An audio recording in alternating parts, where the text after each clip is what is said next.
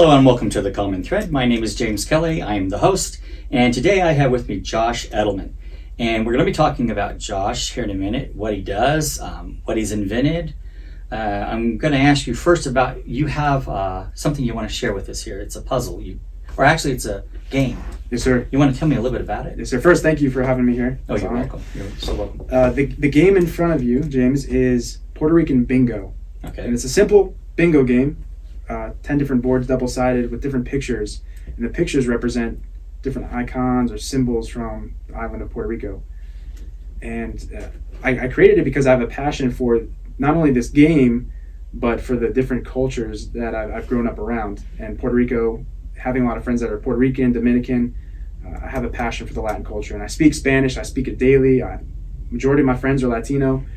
And so having played another similar version of bingo that was in Mexico, based on Mexico, I said, hey, let's do a version about Puerto Rico. That's a big demographic in our country. Puerto Ricans are the second largest Latino demographic. So I designed all these images, these pictures based on my experiences and my friends and their input about Puerto Rico.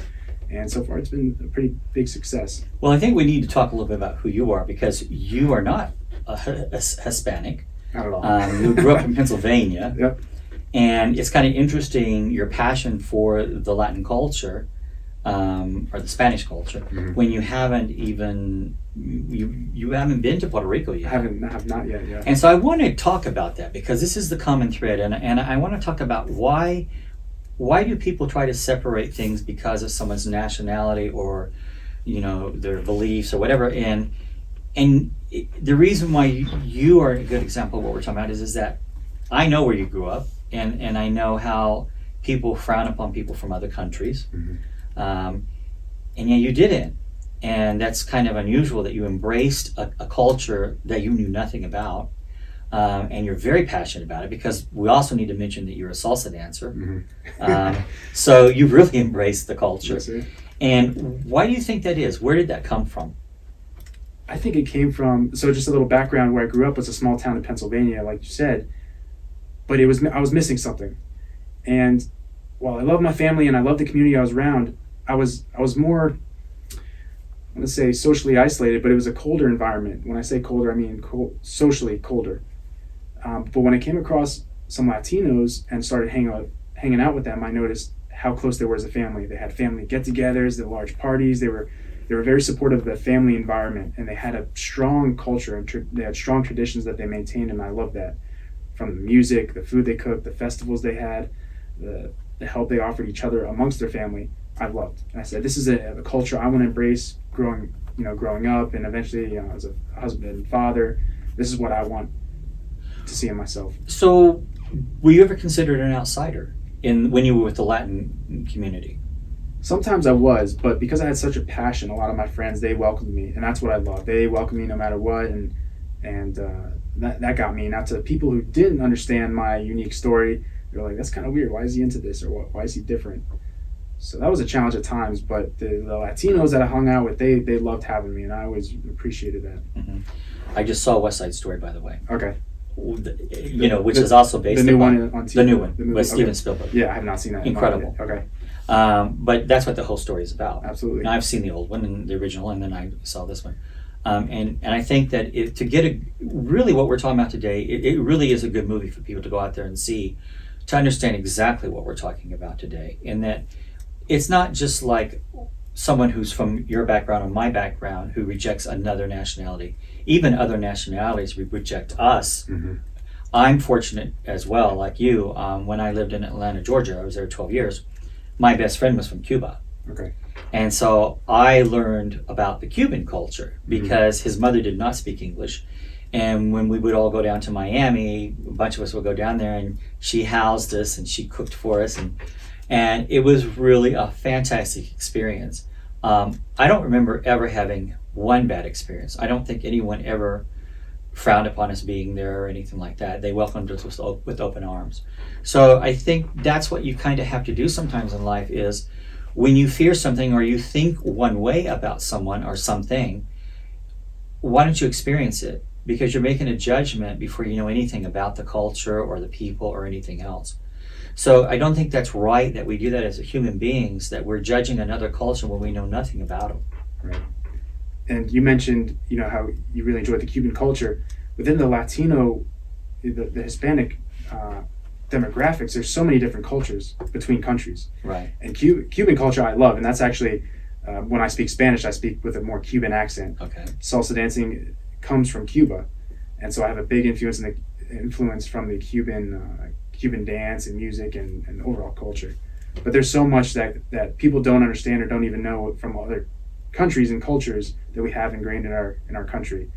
I think I shared with you that I had a friend who used to dance with Xavier Cugat, which you're too young to know who that is. And a lot of people my age would know who it is, though, because Xavier Cugat was one of the big band leaders of the time. And actually, he was also a very famous artist. And Toby was Irish American, and blonde hair, blue eyed. And he hired her she was the only white person hired for his dance group. And they did 5 motion pictures. She did 5 motion pictures with him. As a matter of fact, he hooked her up with her husband, who was Cuban. Okay. So Toby had an extraordinary life. And that was the first time I think I had an understanding, because I was very young. And that was the first time I probably saw the world through someone else's eyes in a different way. Because I thought, how could she do these Latin movies and dance like they would dance, because there's no way she could move that well. Well, I also shared with you how we used to go out to the clubs, and people would literally clear the dance floor for her, and she took over. Yep. It became a performance. I mean, so we often think, well, just because, this is Latin dancing and this is a white woman, she can't do it. Right. There again, that's ridiculous. Yep. It doesn't matter what our nationality is. It's the passion we have for something that matters. I mean, you can do anything you want if you have a passion for it. Absolutely. And the same thing happens to me. A lot of people, they see me, I'm a white guy, there's no way he speaks Spanish, dances salsa, but once they get to know me, they're usually stunned. They're like, wow, this don't make any sense. And one thing I always do is not only embrace the culture, but represent it well, because I'm not Cuban, I'm not Puerto Rican, I'm 100% white. And I actually did the Ancestry.com, I got my DNA, I have no Spanish or Latin roots at all, nothing. But if anything, at least I'm going to represent it well and respect that culture through my actions and my passion. Yeah. And I think that's true for what everyone needs to look at life. We were also talking about earlier on, I always recommend to people, you need to travel. I'm from a small town in Oklahoma. I grew up in both Missouri and Oklahoma, and my family, for the most part, have really never left that area. Particularly my brothers, they really don't understand. I shouldn't say that now. I mean, I think they're getting older, and my brother is married to an Hispanic woman. So I do think that as they've gotten older, they do understand more.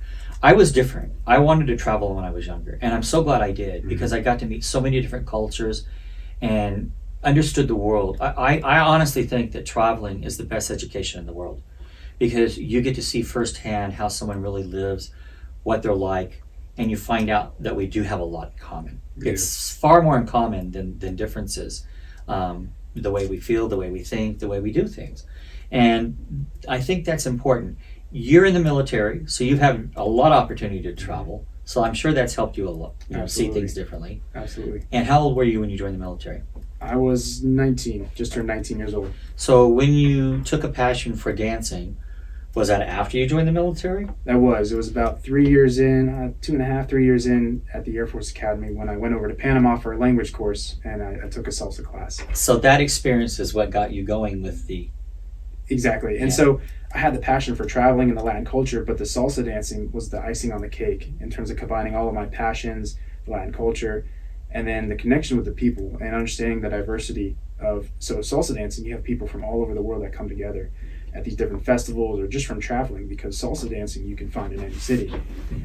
And it's a language that everyone speaks. Even though you're not speaking, it's a language that you share. Right. Dancing, you're connecting with one another without saying words. Dancing is like music. Music connects people. And in essence, what you're saying is the same thing. Dancing does the same thing. It can connect people. And that's been the magic of my experience dancing so far, is connecting with people, even though we might not speak the same language or might not have the same culture. That intermix of culture diversity and the sharing of the passion for dance has opened my mind completely and given me a new perspective. And we know that from Dancing with the Stars.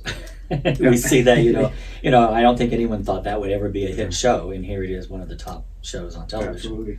So, dancing is I think entertainment in general, if it allows you to expand your horizons, I guess you could say, and take you to places you wouldn't go to otherwise. And like we were saying, travel is probably the best education there is. I've had some bad experiences in traveling, and then I constantly try and find look at it in a different perspective. I'll give you an example. I was in France, and I was in Paris, and it's a very tourist city, and I'm not saying something that's not well known. Overall, most of French people aren't that fond of Americans. At least that's what we think. So I had some very bad experiences with the first few days I was there, and then I decided I'm gonna go away from the tourist area, because the tourist area was mainly young people. And so I decided to go out to a local deli that was off the beaten path. And there was a French couple who owned it. They were probably 30 years older than I am, or was at that time. And I was sharing them my experiences, some of the things that I was experiencing in Paris, and in the main tourist area. And they explained to me, that's the younger generation, because they think Americans are arrogant. They think that America, it takes credit for reclaiming Paris during World War II. And then they lived through this. So they said the people who live through this don't see you the same way as the younger generation. And the reason I bring that up is because it's through education we learn. And so whoever wrote these books or are teaching these children about how their city was saved and who did what and took credit for it, presented it in a way that was really propaganda. And we do that in America a lot with everything. Before I ever experienced Puerto Rico, I had my own perception of what Puerto Rico was like. And then when I went there, I realized this is a wonderful place. I want to go back. I helped someone write a book called My Journey with the Truth, who was from Lebanon. And because of the prejudices we see, or the propaganda we see on television about that culture and who they are, I had a preconceived notion of who this man was, that I was helping him write this book. And come to find out, we have a lot in common. First of all, he was a Maronite Christian, and it's got Beirut, Lebanon, has one of the largest bases for Christianity than any place in the Middle East. Yeah, the Middle East. Yeah, I didn't know that. And he actually grew up Christian. But what was interesting is that even when he was growing up there, he couldn't, during their civil unrest, they had to pretend, they had Christian names, but they had to change their name because they would have been killed on the spot. So, and they were from Beirut. And so the thing is that my perception of it was torn cities blown up, but in reality, when he showed me where he lived, oh my God, it was beautiful. They lived on the Mediterranean. They had a condo that overlooked the Mediterranean. So our perception of what we think a country is like is what we see on television sometimes, or what other people may say without having ever experienced it. Now, in my case, I never have been to Beirut, but I certainly did experience it through this person who was from there and showed me pictures and explained what his father did and all that. And I think that's the problem, is we don't go out there and expand our horizons. We don't go out there and try and find, people who really are from certain places and what are they really like. It's easy to nitpick and pick someone apart. It's much easier to do that than it is to really find out about what that culture is about. And I think that's what we're guilty of in the society as a whole, not just the United States, but all over the world. I think the world's that way. We all look at each other in a way that's really not fair. You're spot on, and your story about Beirut is similar to mine. Before I went to Afghanistan, my perception was what I saw on TV and on social media, just war-torn things, all over the place. But Kabul is a beautiful city. It's a modernized, at the time it was a beautiful city, and a lot of people didn't have that perception, didn't know that before they got there. And so getting to know some of the local Afghanis, they're similar, just like us in terms of, and their culture is so rich in history. It is. It's a beautiful. I said if there was no war in Afghanistan, it would be a top destination place. There's some beautiful places, the mountains, the snow. It's gorgeous, a gorgeous country. And I think that's true even growing up. Before you hear about wars somewhere, like I remember Egypt, I'm so much into that culture. Same way with Russia. I grew up loving the history of Russia. And some of it was very tragic, but at the same time, it piqued my interest. And I think sometimes when we talk about some place, like we do Russia, you're talking about political figures who are making decisions for people who may not feel that way.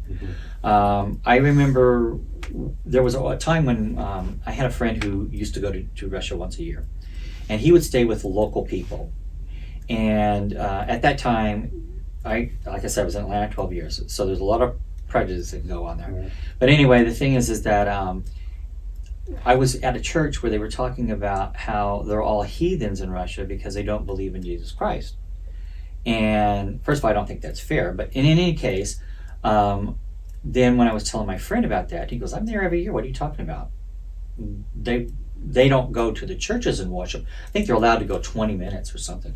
But he said at home they are always praying and they're doing. It's not like you think. They don't all have that communistic mentality. Yeah.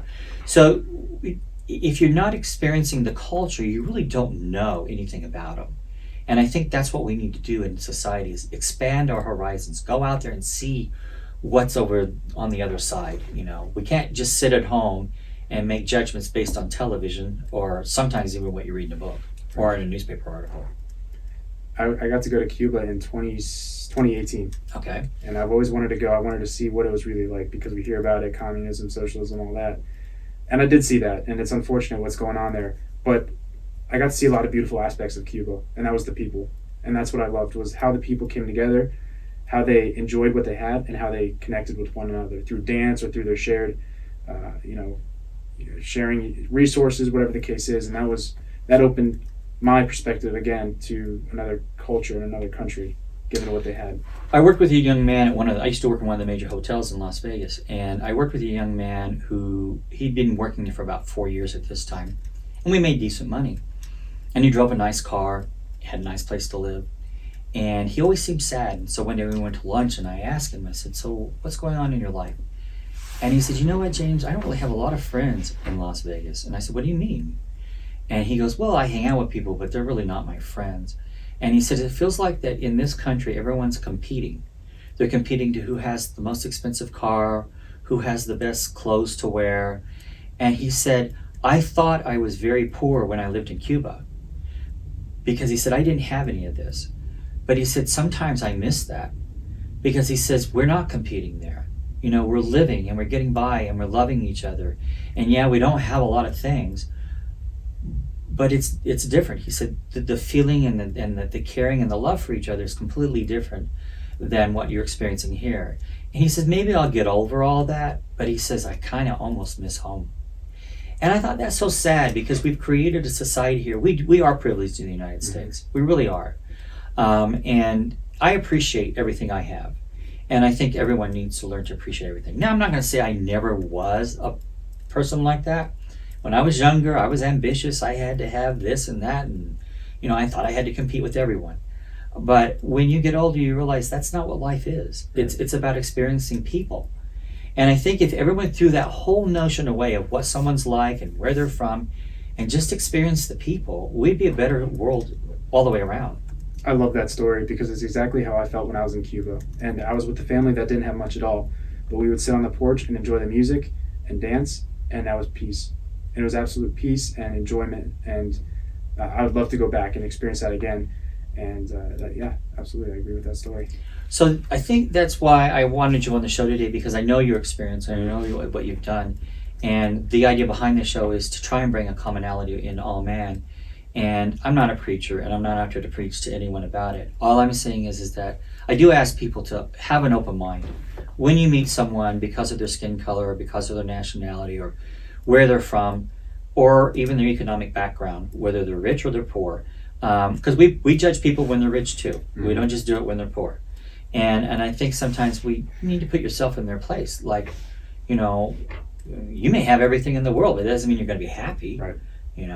Because money does not buy happiness. I think enough people have shared their stories on that. So that's what this whole show is about, is bringing commonality to all men. And I appreciate you being here today, Josh.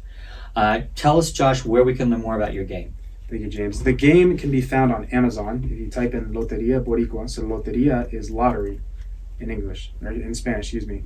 If you type in Puerto Rican Bingo, it should be one of the top ones that pop up. Puerto Rican Bingo or Loteria Boricua, one of those combinations, you should be able to find it. There's also a website, loteriaboricua.com.